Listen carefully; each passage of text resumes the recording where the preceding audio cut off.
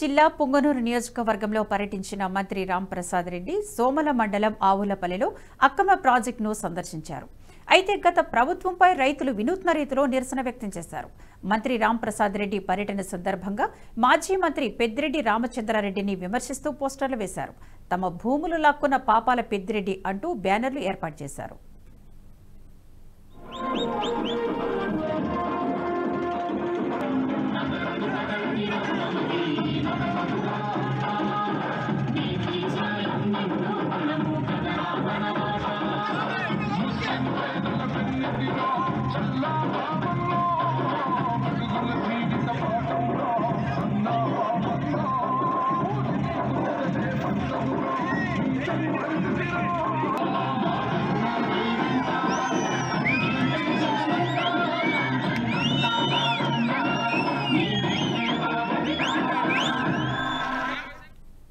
ఈ వీడియో మీకు నచ్చినట్టయితే లైక్ చేయండి, 10 మందికి షేర్ చేయండి. అలాగే కామెంట్ల రూపంలో మీ అభిప్రాయాలను మాతో పంచుకోండి. Nationalist hub group of channels ను సబ్స్క్రైబ్ చేసుకుని తెలుగునాట జాతీయవాద జర్నలిజాన్ని ప్రోత్సహించండి. ఈ వీడియో కింద ఉన్న బెల్ ఐకాన్ పై క్లిక్ చేయడం మర్చిపోవద్దు.